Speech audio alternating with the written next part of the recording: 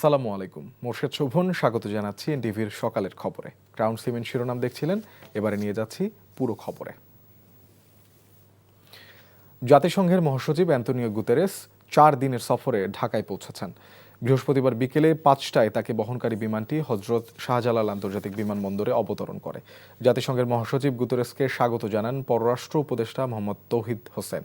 আজ সকাল 9টায় হোটেল ইন্টারকন্টিনেন্টালে গুতেরেসের সঙ্গে সাক্ষাৎ করবেন পররাষ্ট্র উপদেষ্টা তৌহিদ হোসেন এবং রোহিঙ্গা ইস্যু বিষয়ক প্রধান উপদেষ্টার হাই রিপ্রেজেন্টেটিভ খলিলুর রহমান। এরপর জাতিসংঘের মহাসচিব সকাল 10টায় প্রধান উপদেষ্টার কার্যালয়ে দুই নেতার বৈঠক অনুষ্ঠিত হবার কথা রয়েছে।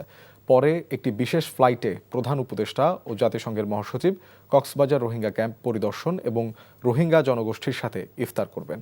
প্রায় 7 বছরের মাথায় দ্বিতীয় দফায় বাংলাদেশ সফরে এলেন জাতিসংঘের মহাসচিব। তার এই সফরে মূলত রোহিঙ্গা সংকট এবং মানবাধিকারের প্রসঙ্গ অগ্রাধিকার পাবে।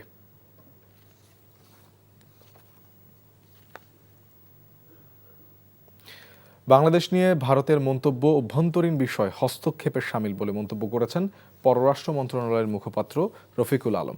বৃহস্পতিবার মন্ত্রণালয়ের নিয়মিত ব্রিফিংয়ে সাংবাদিকদের প্রশ্নের জবাবে তিনি কথা বলেন। এর আগে সচিবালয়ে বাংলাদেশ ও গাম্বিয়ার মধ্যে কূটনৈতিক ও সরকারি পাসপোর্টধারীদের ভিসা অব্যাহতি নিয়ে সমঝোতা স্মারক সই করেন দুই দেশের প্রতিনিধিরা। পরে পররাষ্ট্র মন্ত্রণালয়ের সাপ্তাহিক ব্রিফিংয়ে বাংলাদেশের নির্বাচন, আইন শৃঙ্খলা ও সংখ্যালঘু সংক্রান্ত বিষয়ে ভারতের মন্তব্য অযাচিত বলেও মন্তব্য করেন রফিকুল ইসলাম। জাতিসংঘের মহাসচিব অ্যান্তোনিও গুতেরেসের বাংলাদেশ সফর নিয়ে কথা বলেন পররাষ্ট্র মন্ত্রণালয়ের মুখপাত্র। জানান, সফরে রোহিঙ্গা সংকট সমাধানে আলোচনা হবে। তিনি আরও জানান, শেখ হাসিনাকে ফিরিয়ে আনার ব্যাপারে এখনও উত্তর দেয়নি ভারত।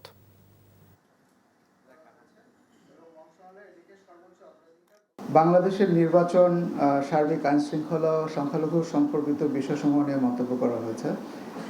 বাংলাদেশ মনে করে এই বিষয়সমূহ একান্তই বাংলাদেশের অভ্যন্তরীণ বিষয় এবং এই ধরনের মন্তব্য অযাচিত এবং অন্য দেশের অভ্যন্তরীণ ইস্যুতে হস্তক্ষেপের শামিল।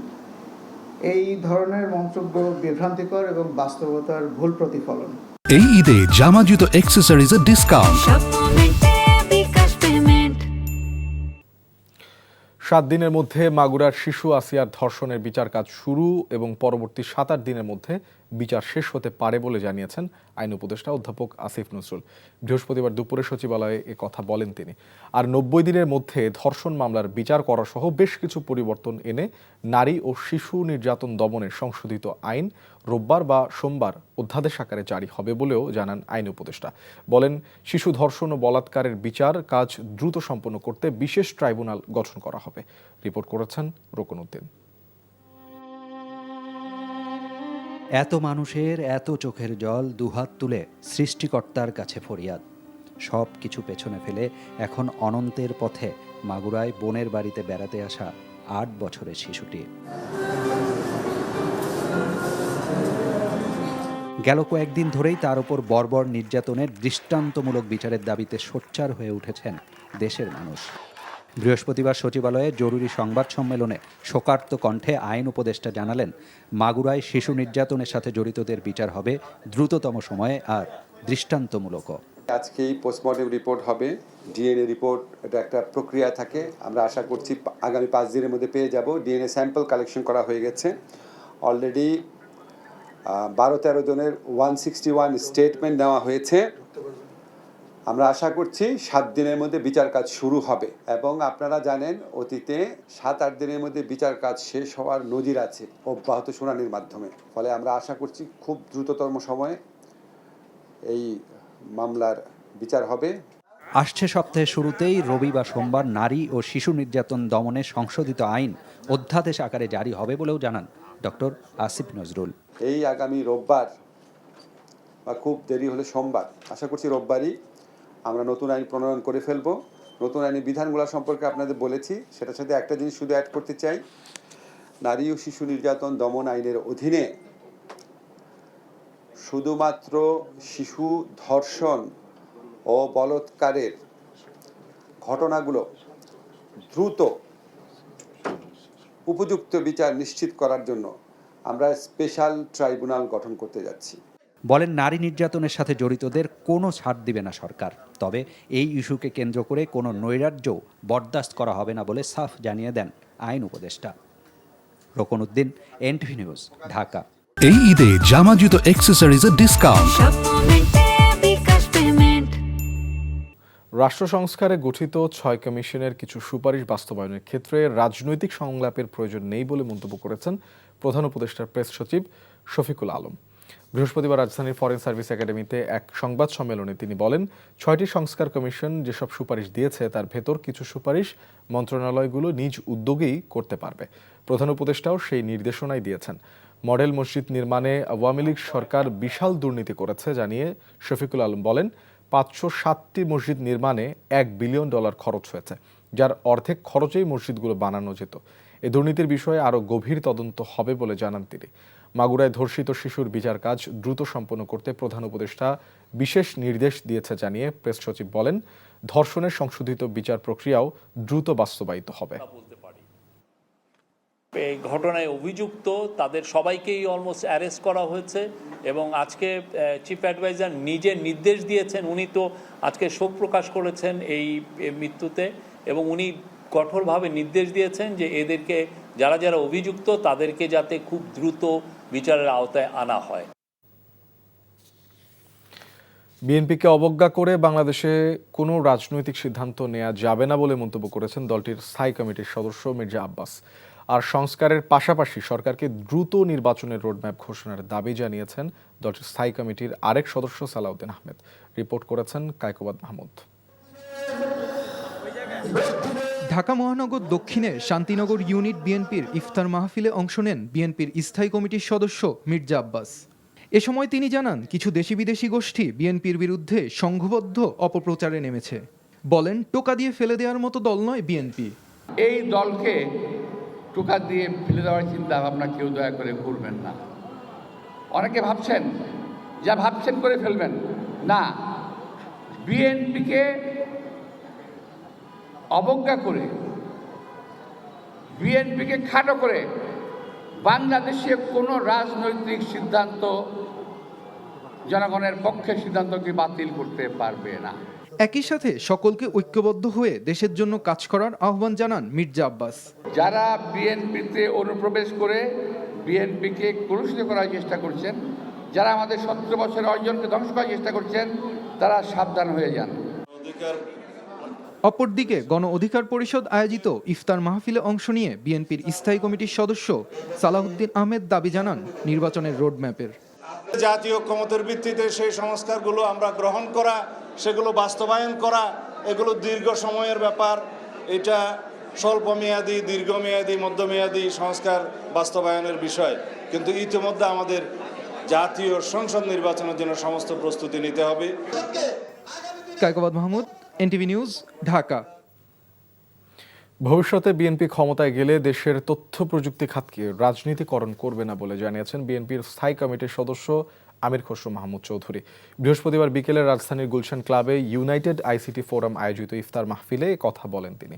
এ সময় ইউনাইটেড আইসিটি ফোরামের আহ্বায়ক ফয়সাল আলিম তুলে ধরেন, বিগত আওয়ামী লীগ সরকারের সময়ে তথ্য প্রযুক্তি খাতে দলীয়করণ ও দুর্নীতির চিত্র। বিএনপির স্থায়ী কমিটির সদস্য আমির খসরু মাহমুদ চৌধুরী বলেন, সরকার গঠন করলে দেশে বেকারত্ব দূরীকরণ ও অর্থনীতিকে গতিশীল করতে দেশের তথ্য প্রযুক্তি খাতকে অগ্রাধিকার দেবে বিএনপি। দেশের উদ্যোক্তাদের দিকে পলিসি মেকারদের একটা ভাবনা থাকা উচিত। একটা লেভেল প্লেইং ফিল্ড থাকলো, সকলের ইকুয়াল অ্যাক্সেস থাকতো, অপরচুনিটি থাকতো, তাহলে সেটা হওয়ার কোনো সুযোগ ছিল না। আমি আপনাদেরকে অ্যাসিওর করতে চাই, একটা don't make it a political organisation. এটাকে পলিটিসাইজ করবেন না। And I can assure you, আমাদের পক্ষ থেকে এই সেক্টরকে পলিটিসাইজ করার কোনো উদ্দেশ্য আমাদের নেই। আমরা আজকের এই প্ল্যাটফর্ম থেকে তাই একটা সমন্বিত কর্মসূচির আহ্বান জানাবো, যাতে কিনা আগামী দিনে টোটাল আইসিটি সেক্টর এমনভাবে কাজ করে যাতে অতীতের যে দুর্বিষহ দিনগুলো আমাদেরকে দেখতে হয়েছে এগুলো আর দেখতে না হয়। সচিবালয় এবং প্রধান উপদেষ্টার বাসভবন, যমুনা ও পার্শ্ববর্তী এলাকায় সভা সমাবেশ গতকাল থেকে অনির্দিষ্টকালের জন্য নিষিদ্ধ করেছে ঢাকা মেট্রোপলিটন পুলিশ ডিএমপি। বৃহস্পতিবার ডিএমপির গণবিজ্ঞপ্তিতে বলা হয়েছে, সভা সমাবেশ ছাড়াও গণজমায়েত, মিছিল এবং শোভাযাত্রা নিষিদ্ধ থাকবে। জনশৃঙ্খলা রক্ষার স্বার্থে পরবর্তী নির্দেশ না দেয়া পর্যন্ত এ সিদ্ধান্ত বলবৎ থাকবে।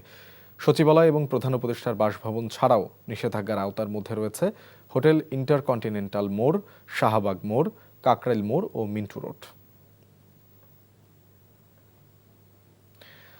আওয়ামী লীগ নিষিদ্ধকরণ, ধর্ষণ ও শাহবাগীদের বিচারের দাবিতে মিছিল করেছে ইনকিলাব মঞ্চ। বৃহস্পতিবার রাতে রাজধানীর শাহবাগে জাতীয় জাদুঘরের সামনে থেকে মিছিলটি শুরু হয়। রাজু ভাস্কর্য ঘুরে শাহবাগে এসে শেষ হয় মিছিলটি। এ সময় ফ্যাসিবাদের দোসরদের গ্রেপ্তার সহ শাহবাগীদের বিচারের দাবি জানান তারা। একই সাথে দ্রুততম সময়ের মধ্যে ধর্ষণের বিচার নিষ্পত্তির দাবিও জানান মিছিলে অংশগ্রহণকারীরা।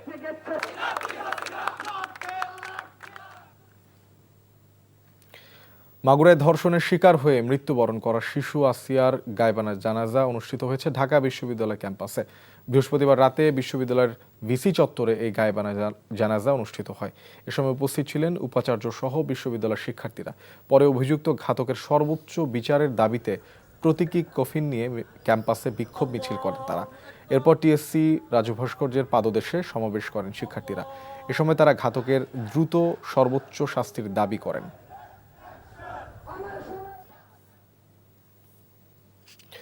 মেহেরপুরে 9 বছরের শিশু ধর্ষণ মামলায় আসামি জামিন পেয়ে বাদীকে হুমকি দেওয়ার প্রতিবাদে থানা ঘেরাও করেছে ছাত্র জনতা। বৃহস্পতিবার রাতে থানা ঘেরাও করে বিক্ষোভ করেন তারা। জানা যায়, সদর উপজেলার আশ্রয়ণ প্রকল্পের 9 বছরের শিশুকে ধর্ষণ করে মদনাডাঙ্গা গ্রামের বাইজিৎ নামে এক যুবক, যার ভিডিও ধারণ করে তার সঙ্গী আলামিন হোসেন। এ ঘটনায় শিশুটির মা বাদী হয়ে 9 সেপ্টেম্বর বাইজিৎ, আলামিন ও বরকত আলীর নাম উল্লেখ করে মেহেরপুর আদালতে ধর্ষণ মামলা দায়ের করলে তাদেরকে গ্রেপ্তার করা হয়। কিন্তু জামিনে মুক্ত হয়ে ধর্ষণের ভিডিও সামাজিক যোগাযোগ মাধ্যমে ছড়িয়ে দেওয়ার ভয় দেখিয়ে মামলা তুলে নিতে হুমকি দেয় বাদীকে। এরই প্রতিবাদে স্থানীয়দের সঙ্গে নিয়ে বৈষম্য বিরোধী শিক্ষার্থীরা থানা ঘেরাও করে।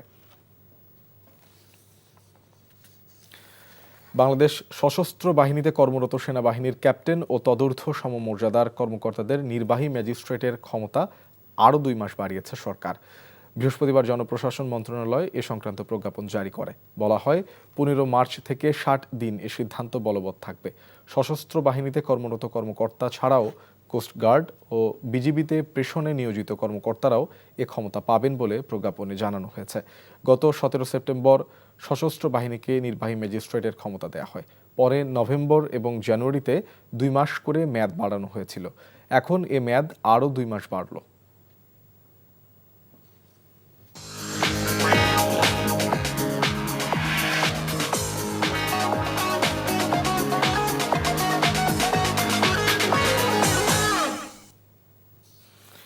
এবারে মার্কেন্টাইল ব্যাংক অর্থনীতির খবর। দেশের খাদ্য সংস্কৃতিতে এবার ঘটা করেই যুক্ত হচ্ছে মিশরীয় খাবারের ঐতিহ্য। দেশটির সুস্বাদু কুইজিন ও সংস্কৃতিকে তুলে ধরতে শুরু হয়েছে মিশরীয় খাদ্য উৎসব। বৃহস্পতিবার সন্ধ্যায় রাজধানীর সোনারগাঁও হোটেলে এ উৎসবের উদ্বোধন করেন ঢাকায় নিযুক্ত মিশর দূতাবাসের deputy chief of mission Sohela Mahran. আরও জানাচ্ছেন জাহিদুর রহমান। মিশর থেকে অভিজ্ঞ শেফরা এসেছেন বাংলাদেশে, তৈরি করলেন ঐতিহ্যবাহী সুস্বাদু মিশরীয় খাবার। বৃহস্পতিবার সন্ধ্যায় ইফতারে সেই খাবার উপভোগ করলেন বিভিন্ন দেশের রাষ্ট্রদূতগণ। খাঁটি মিশরীয় খাবারের সাথে বাংলাদেশিদের রসনা তৃপ্ত করতে সুদূর মিশরের কায়রো থেকে উড়ে এসেছে অভিজ্ঞ 2 জন শেফ। তাদের একজন আলা খলিফা আর একজন রামাদান। বাংলাদেশে অনেকটা নিহারির মতো দেখতে খাবারটির নাম কাওয়ারা, এবং তারা বলছেন যে এটি মিশরের অত্যন্ত জনপ্রিয় একটি খাবার। হাবিবি, উই লাভ বাংলাদেশ। মেনুতে ছিল কোশারি, হামাম মাহাশি, ফাত্তা, সায়াদিয়া, কাওয়ারা, মুশাকা, কোফতা, তাগিনের মতো বিখ্যাত মিশরীয় খাবার, সঙ্গে কোনাফা, ওমালি ও মাহালাবিয়ার মতো মজাদার ডেজার্ট। ইফতারে এই মজাদার খাবারের মজে ছিলেন বিভিন্ন দেশের রাষ্ট্রদূত এবং হাই কমিশনাররা। আমরা বাংলাদেশি খুব ভালোবাসি। Bangladesh and Egypt are very brotherly nations, and this is an opportunity to bridge between our cultures and to have our food and our cuisine. ঢাকায় বসে মিশরের খাবার উপভোগ করার সুযোগ এনে দিয়েছে এই আয়োজন। মিশর একটি আমাদের ভাতৃপ্রতিম দেশ, মুসলিম দেশ। তাদের সাথে আমাদের ঐতিহ্যগতভাবে অনেক মিল রয়েছে, আমাদের খাদ্যাভ্যাসের সাথে মিল রয়েছে। বাংলাদেশের মানুষের জন্য আমরা এবার ফার্স্ট টাইম এই রমজানের মধ্যে এই মিশরীয় খাদ্য উৎসব ইফতার এবং ডিনারের ব্যবস্থা করেছি। দেশটির সুস্বাদু কুইজিন ও সংস্কৃতিকে তুলে ধরাই আয়োজন চলবে আগামী 22শে মার্চ পর্যন্ত। Zahidur Rahman, NTV news, Dhaka. এই ছিল সকালের খবরে। এই খবরের ভিডিও সহ আপডেট জানতে ভিজিট করুন এনটিভি অনলাইন www.ntvbd.com। এছাড়াও এনটিভির জনপ্রিয় সব অনুষ্ঠান ও খবরের আপডেট জানতে ভিজিট করুন আমাদের ইউটিউব ও ভেরিফাইড ফেসবুক পেজ। ধন্যবাদ সবাইকে।